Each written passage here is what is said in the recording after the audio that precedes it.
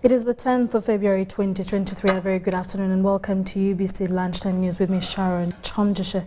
In our top stories of the day, the Church of Uganda has vowed never to bless same-sex marriages after the Anglican Church of England outrightly decided to recognize the same as a human right. While addressing journalists this morning, the Archbishop of Church of Uganda, Dr. Stephen Samuel Kazimba Mugalu, minced no words, describing the Church of England's decision as unbiblical, thus ungodly, that has no room in a Christian community.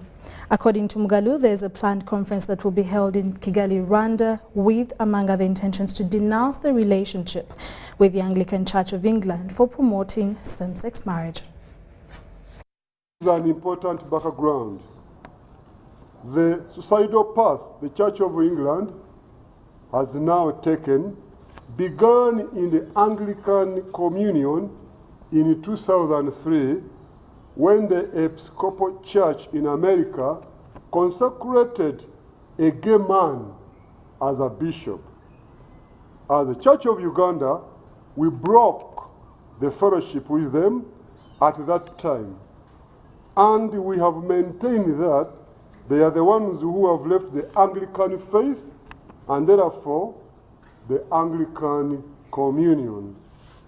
In 2008, when the Archbishop of Canterbury refused to discipline the American Episcopal Church for their action, archbishops from Bible-believing Anglican provinces around the world organized the first GAFCON conference to bring us together under the lordship of Christ and the authority of the Bible. GAFCON has always said, we are not leaving the Anglican Communion. We are the Anglican Communion. Likewise, the Global South Fellowship of Anglicans has said the same thing. We are not leaving the Anglican Communion.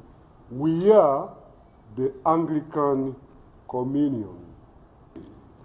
There is no way we are working together. The Church of England, together with the Episcopal Church in America, the Anglican Church of Canada, the Church in Wales, the Scottish Episcopal Church, the Episcopal Anglican Church of Brazil, and others. These are the provinces that have walked away, but we pray for them to repent. And if they refuse to repent, then we call on them to have the integrity to form their own Canterbury Communion, because what they believe is not Anglicanism, and it's not the faith once delivered to the saints. If they want to take their whole church into the belly of a well, they are free to do that. We are, after all, autonomous Anglican provinces.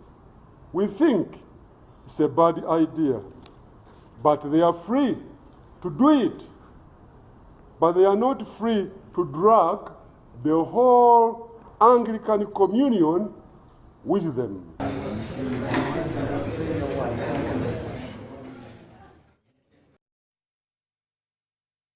Well, there you have it, the Archbishop Stephen Kazimba Mugalu not missing any words and saying that they will vow never to bless same-sex marriages. In more stories, stakeholders in the tourism sector are calling for strategic synergies to combat the escalating man and wildlife conflicts which undermine the tourism industry. The Executive Director of National Environment Management Authority, while in the Wildlife Conservation of 2023, has reiterated on the increasing human encroachment on protected areas is risking both wildlife and human beings. Take a look. National Environment Management Authority has emphasized the collective responsibility of individuals in the conservation of the environment and protecting wildlife. This was during a conservation conference held at Makerere University under the theme Advances in Wildlife and Environment Management in Uganda. Their discussion centered on human-wildlife conflict. Of the human population explosion, there is competition for space between environment and people, between wildlife and people, which is a very dangerous thing. We must integrate environment management with development so that we move together. If you separate the two, to have environment management and development discussed separately, we shall lose the battle. Because environment can actually fight back, and when it fights back, development loses. We need to ensure that the principles that define all our policies in relation to the environment and development speak to each other. We need to build synergies within our policies. Currently, we seem not to be focusing a lot on building synergies in the different policies, and that has implications on how we implement our policies. NEMA also indicated that more funding is needed to recruit enough human resource in the enforcement operations. Environment management agencies ranging from local governments up to central government, the budget for environment is still very low, extremely low. Environment is seen as, after the allocation of the national cake, environment is looked at last, as a by the way.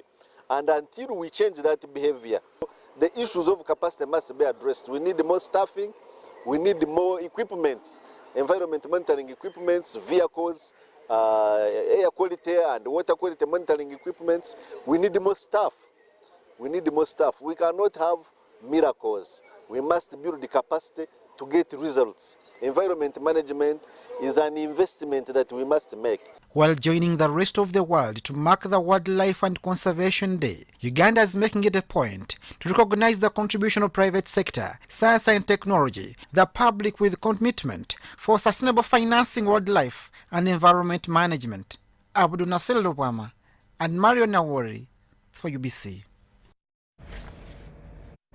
Thank you so much, Abdul Nasser Lubwama, for the report.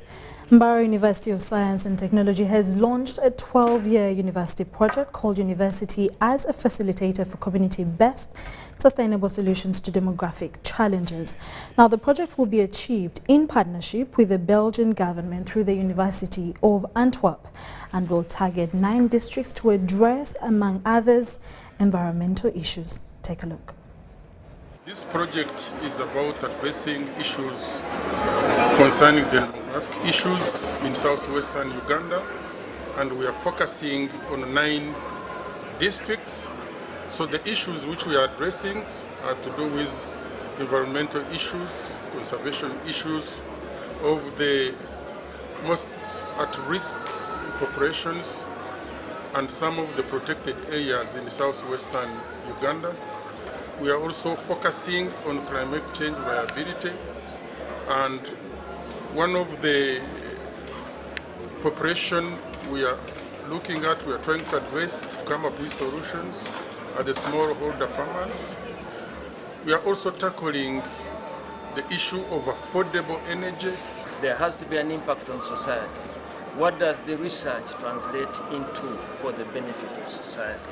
And I'm very delighted that this project, the inter-university project between Master University and the Belgian University, focuses on delivery at the community level, focuses on the most at-risk population at the community level, and is all community-based.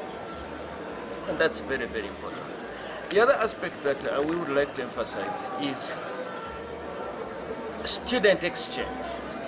We would like to see the Belgian students come to Mbarara University, do research, present their theses, and graduate with Mbarara University of Science and Technology degrees, either PhDs or masters or even bachelors. It is high time for a wake-up call. The UCOPS project has the ambition to contribute to find solutions and responses for this demographic challenge. Such solutions can only be multifaceted, with attention for sustainable development and environment and agroecology, for digitalization for development, attention for sexual and reproductive health and rights.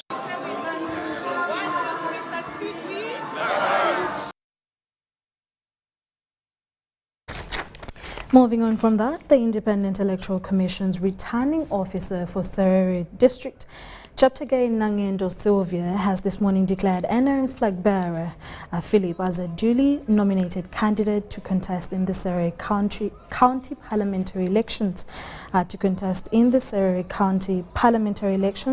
And he was accompanied by a delegation led by the National Vice Chairperson Alhaji Moses Chigongo.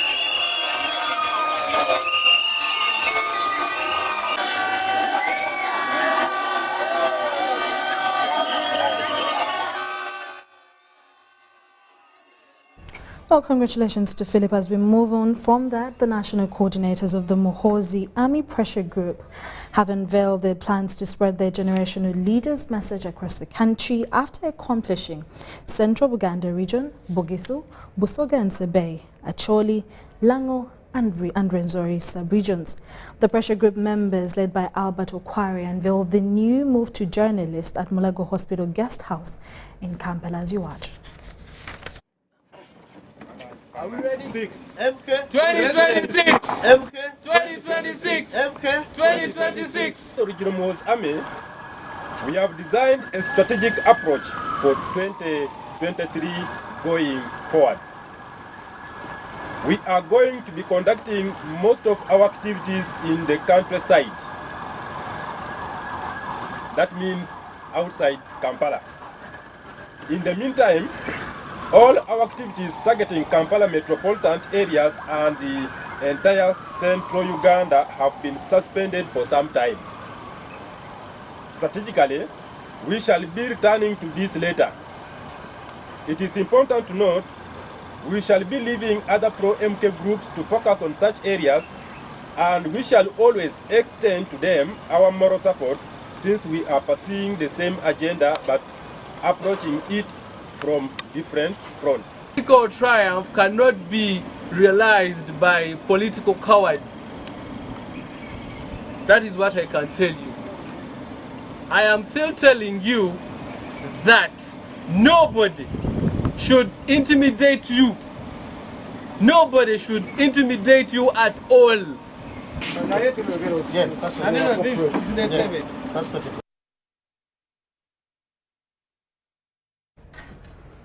Still in UBC Lunchtime News, in Hoima City, parents, teachers and pupils are over the moon following an impressive performance in their 2020 Uganda Certificate of Education examinations. Take a look as Wamondo reports.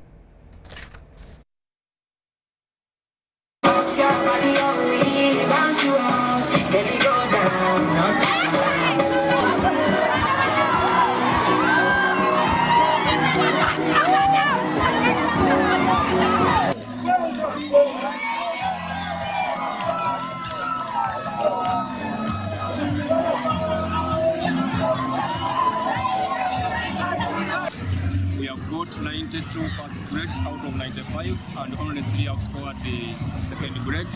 That's a percentage of 97%. We really thank God for this milestone. I thank the parents who supported their children in school.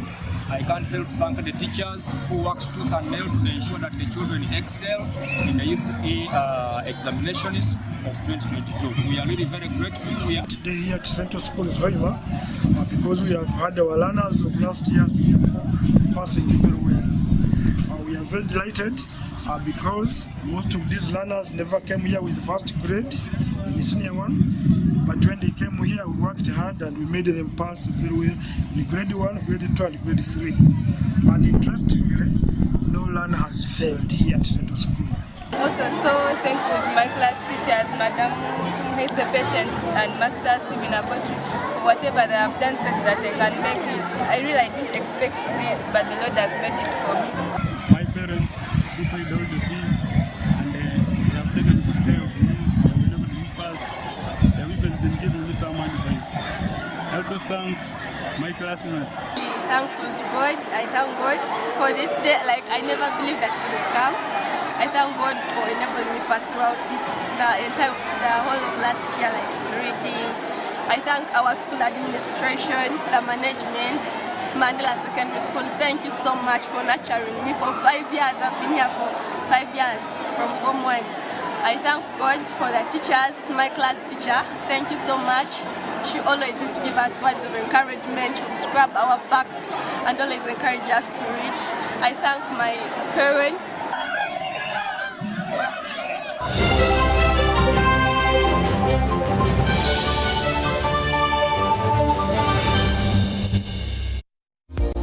Sent to transport to the wrong person. Here's how to reverse it with MTN mobile money. Dial *165#. Select My Account. Select Initiate Reversal. You will see your last 3 transactions.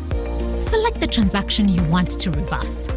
Enter your mobile money PIN and you'll get an SMS confirmation that the transaction has been blocked from being withdrawn. And that's it. Please note, only transactions that haven't been withdrawn can be reversed.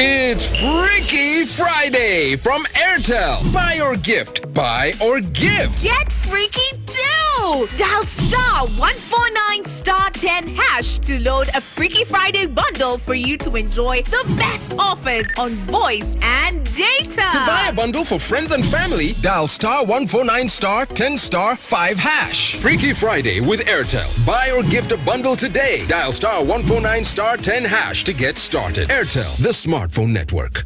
It's true what people say, that when I wash and you wash your hands with soap, we'll have less infections as Ugandans. After all, it's hands that handle money. It's hands that feed us. Hands that prepare soil for farming.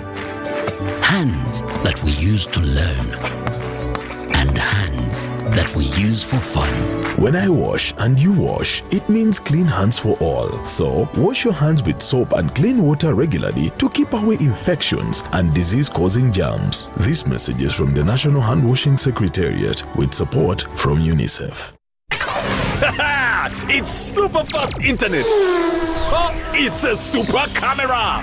It's a super battery. Phone battery full. Yeah, it's a super deal. Get the Kabote Super from MTN now at a reduced initial deposit of only 49,000 shillings and pay the balance in Pola for as low as 833 shillings per day. Grab this Super Kabote deal this Christmas and get 2 GB of free MTN data every month for 8 months. Get the Kabote Super now from any MTN shop countrywide. Everywhere you go, MTN. Regulated by UCC.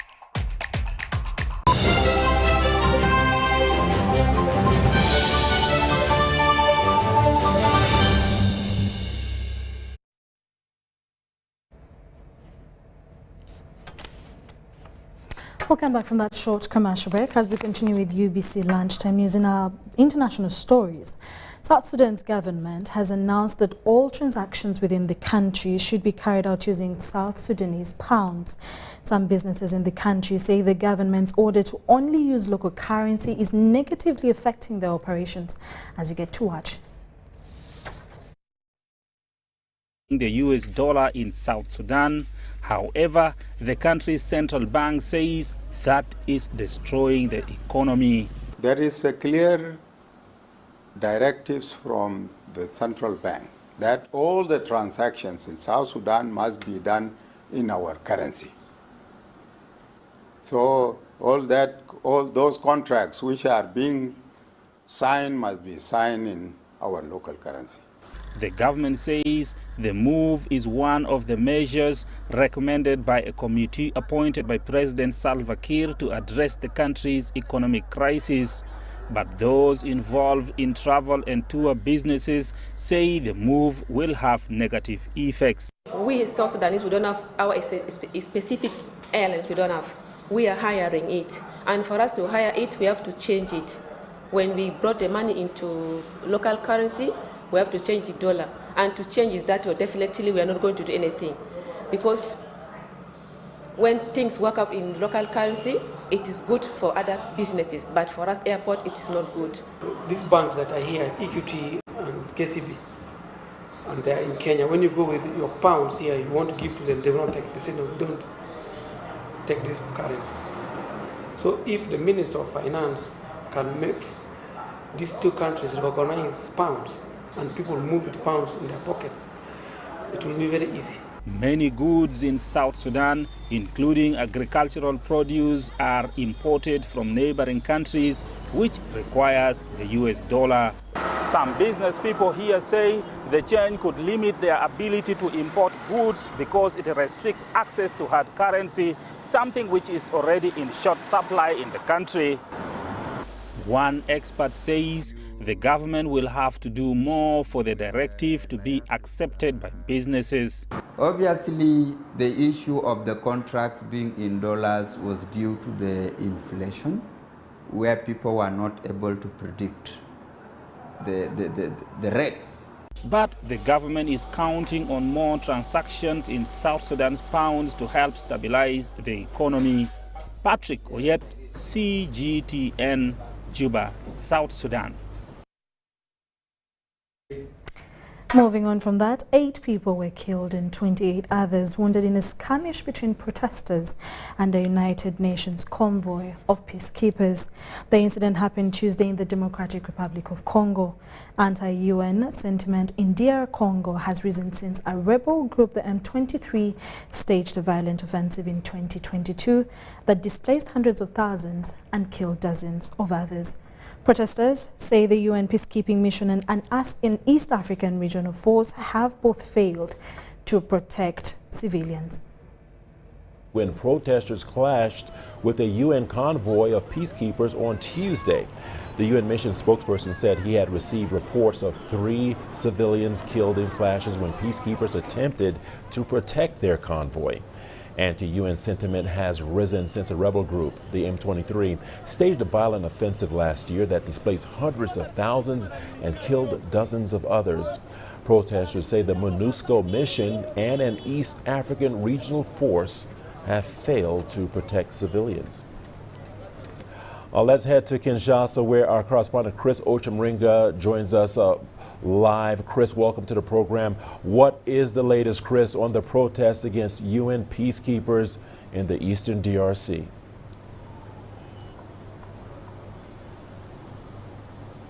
Well, Richard, the situation is now calm in the area where this protest happened, around a camp near the eastern city of Goma. The DRC army and the police have deployed in that area around UN bases to protect some of the UN peacekeepers from any attacks by the civilians there. There's also been calm in the city of Goma, which has been the scene of 2 days of very violent protests because of the rebel advance, advance by the M23 rebels around North Kivu province. Many people are very unhappy with what's happening. They're accusing the UN peacekeeping mission, MONUSCO, of failing to protect them. They also accuse the East African regional force. And now this anger towards MONUSCO started last July after the United Nations peacekeeping mission said that they could not continue supporting the Congolese army to fight against the M23 rebels who had captured territories, because they said that the rebels were operating more like a conventional army. They had sophisticated weapons, and that angered very many Congolese, and that's why these protests have been going on. There's still apparently a lot of anger towards the UN, and this is what some of the protesters had to say. We are very angry at MONUSCO. There have been reports that MONUSCO is supporting M23 rebels. We wanted to confirm this by checking their tracks, but instead the soldiers opened fire. We are wondering why MONUSCO is carrying out attacks against us, yet it's here to help civilians. A MONUSCO convoy was being escorted by a FARDC jeep. We knew that the trucks were harboring M23 rebels, so we asked them why they are transporting these M23 soldiers to make us suffer. Before we knew it, MONUSCO opened fire on the population.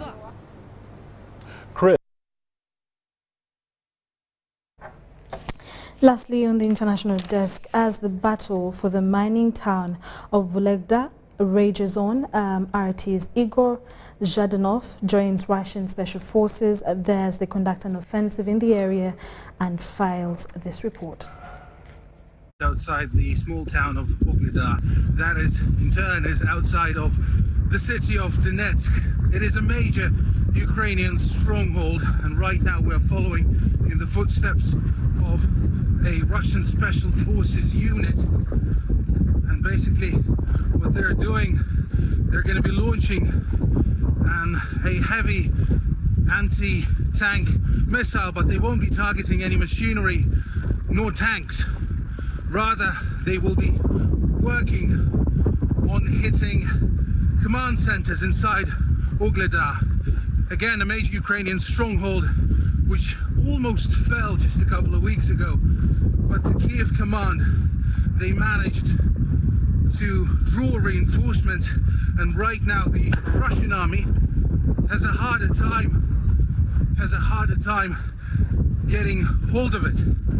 But I'm being told it is just a matter of time. The spotter watches the projectile being carefully guided towards its target. And when it connects, he doesn't hold back emotions. Отлично, отлично, зрители в восторге. А что поразили сейчас? Поразили опорный пункт. Russian and Ukrainian armies operate at a collision course here. Kiev forces' positions have been reduced to a small patch of apartment block buildings on a hilltop. It's a dominating height, yet the Ukrainians are trying to expand their zone of control. The Russians, on the other hand, spare no effort, throwing plenty of their resources into the battle. There's infantry, tanks, every kind of artillery piece, as combat helicopters rain fire from above.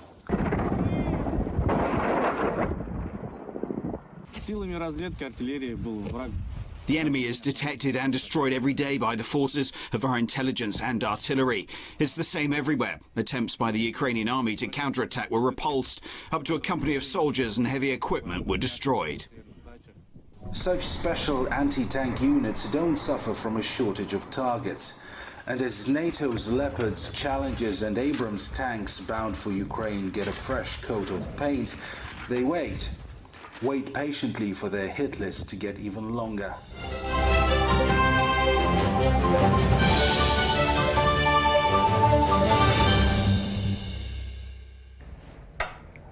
In our sports stories, LeBron James etched his name further into NBA history by becoming the all-time leading scorer in the league, passing the record previously held by Kareem Abdul-Jabbar.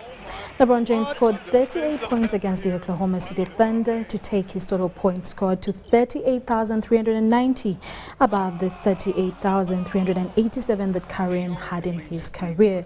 There was a brief ceremony held after LeBron broke the record to mark the achievement, with Kareem handing the ball to the new record holder to recognize the feat.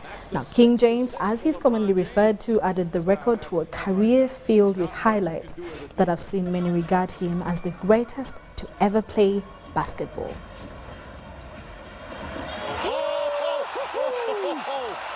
Are you kidding me?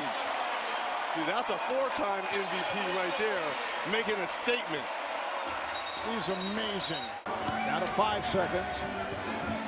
Here's James to the rim. It counts and the foul. LeBron James with a sensational move. Accelerated as he hit the paint. Don't have numbers, but Getty, no. Blocked by Bosch. Saved by James. Wade will get a breakaway. What a play. The big three on display. Bosch with the block. James with an unbelievable save. Joe Johnson tracked by Love. Back. LeBron turned the corner. Wearing him out. Putting yet another crack at the Liberty Bell. LeBron James. James spins. James drives up and under.